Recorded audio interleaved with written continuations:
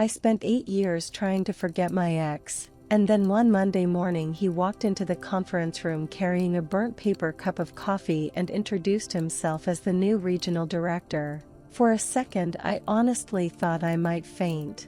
Everyone else looked excited. Naomi from HR kept smoothing her blazer and whispering that leadership finally hired someone competent. My coworker Daniel cracked some joke about hoping the new boss would approve overtime faster. Meanwhile, I sat there gripping my notebook so hard the spiral edge pressed into my palm. Adrian looked older. Not dramatically, just worn in around the edges. There were faint lines near his mouth now, and he'd put on a little weight since our 20s. His shirt was wrinkled near the collar like he'd ironed it badly himself. He kept rubbing one eye because, apparently, he still wore contacts too long when he was stressed. That almost made it worse. If he had looked terrible, maybe I could have relaxed. If he had looked perfect, maybe I could have hated him easier. Instead, he looked human. Then his eyes landed on me. Just a pause. Barely anything,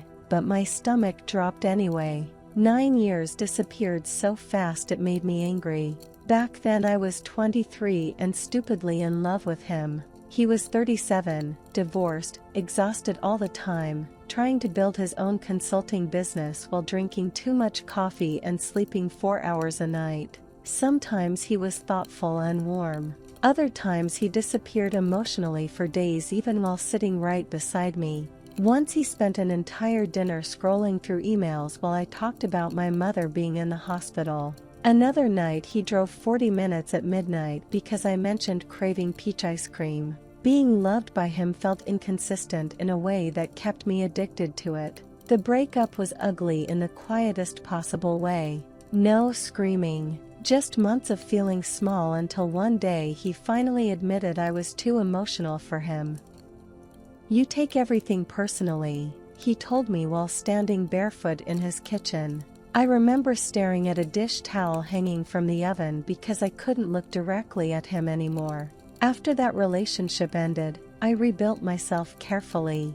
New city, new career, new routines. I learned how to sound confident during presentations even when my hands shook. I stopped crying in front of people. I became the dependable one. And now here he was again, standing at the front of my office with coffee stains on his thumb.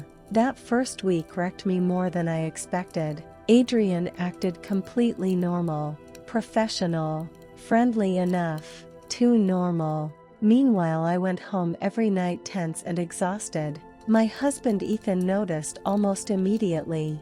"You hate the new guy already?" he asked one evening while scraping burnt garlic bread into the trash. I was sitting at the counter pretending to answer emails. "No, he's fine." Ethan squinted at me for a second like he almost believed me.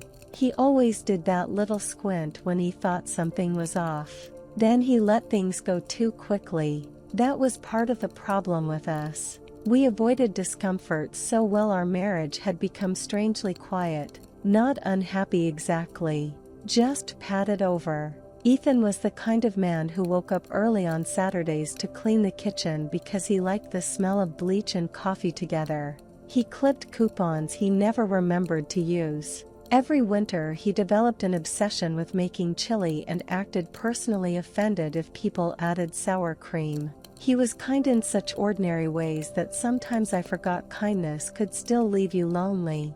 At work, Adrian started involving me in bigger meetings. He complimented my reports once during a budget review, then immediately forgot my name halfway through the sentence and laughed at himself. "Sorry, long week." Everyone laughed too.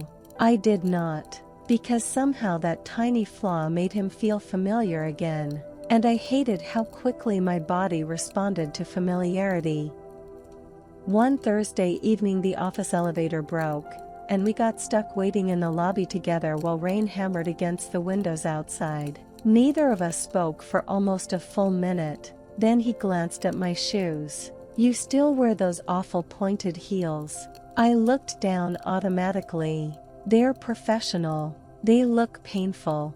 I almost smiled before catching myself. That scared me more than anything so far. At home, Ethan had started falling asleep on the couch most nights with basketball games murmuring in the background. Sometimes I stood in the hallway watching him sleep with one hand tucked under his face like a little boy. And still, every morning, I went to work thinking about another man. I felt disgusting about it. Not romantic, just ashamed. One night I stayed late finishing quarterly reports, and Adrian wandered past my office carrying vending machine chips and 2 sodas. "You eating dinner here too?" "Apparently." He tossed one soda onto my desk. The fluorescent lights overhead buzzed softly. Someone downstairs vacuumed the lobby carpets. Outside, snow pressed against the windows in wet clumps. It felt strangely intimate for such an ugly room. We talked for over an hour, mostly about work, some old coworkers, cities we hated traveling to. At one point he admitted he'd been sleeping in his office lately because he was behind on deadlines. "Still terrible at taking care of yourself?" I asked before thinking. "Still terrible at everything, honestly." He said it casually, but he looked tired when he smiled. And there it was again, that old reflex inside me, the urge to soften toward him. I drove home afterward furious with myself. Ethan was awake in bed scrolling through cooking videos on his phone. "You're home late," he mumbled. "Big project." He nodded and handed me his phone without warning. "Look at this guy. He puts brown sugar in chili. Psychotic behavior." I laughed automatically. Then, for one terrible second, I almost started crying, because Ethan was trying. In his own awkward way, he was always trying. A few weeks later, the company sent us to Chicago for a conference. The second night, a group of US went drinking after meetings, but people peeled off one by one until only Adrian and I were left walking back toward the hotel through cold wind and traffic noise. He kept complaining about his knees hurting from the flight. At one point he stopped outside a pharmacy and bought antacids. The normality of it unsettled me. This man used to feel enormous in my life. Now he was standing under fluorescent lights muttering about acid reflux. Maybe that should have comforted me. Instead, it made me sad. Back at the hotel, we stood awkwardly near the elevators. Then he looked at me carefully. "You seem unhappy lately." Not polished, not therapeutic, just blunt. I shrugged too fast. "I'm tired." "You used to bite the inside of your cheek when something was wrong too." That hit me harder than it should have.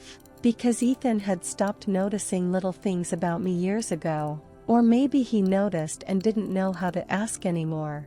I suddenly felt defensive on Ethan's behalf. Angry at Adrian. Angry at myself. "People don't stay exactly the same forever," I said. "I know."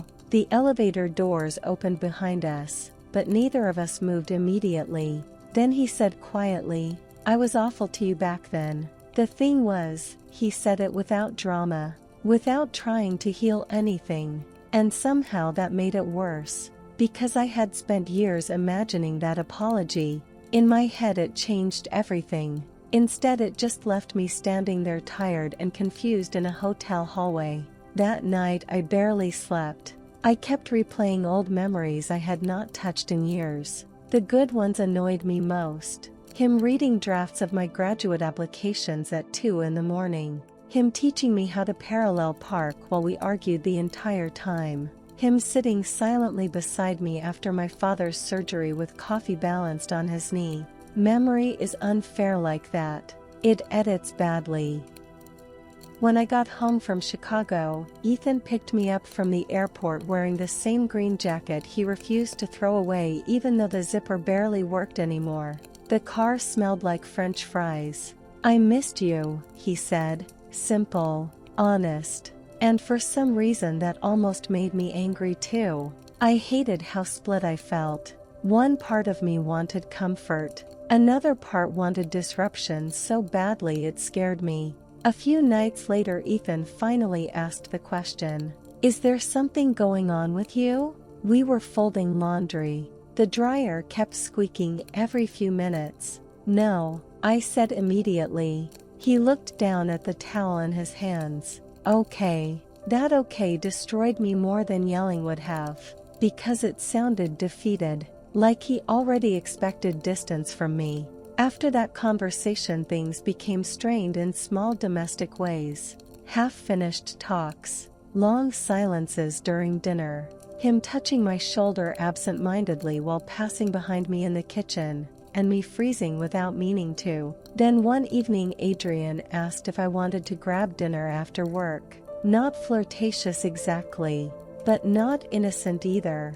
I knew it immediately from the way he avoided eye contact afterward, like even he was embarrassed by himself. For hours I considered it. I sat at my desk staring at spreadsheets without reading a single word. Part of me wanted to go just to prove I still could. Another part wanted to punish Ethan for all the quiet years between us. Another part just wanted someone to look at me like I still had edges. By 6 o'clock the office had mostly emptied. I walked to the parking garage alone and sat inside my car without turning the engine on. Then Ethan called. Not dramatically, just a normal call.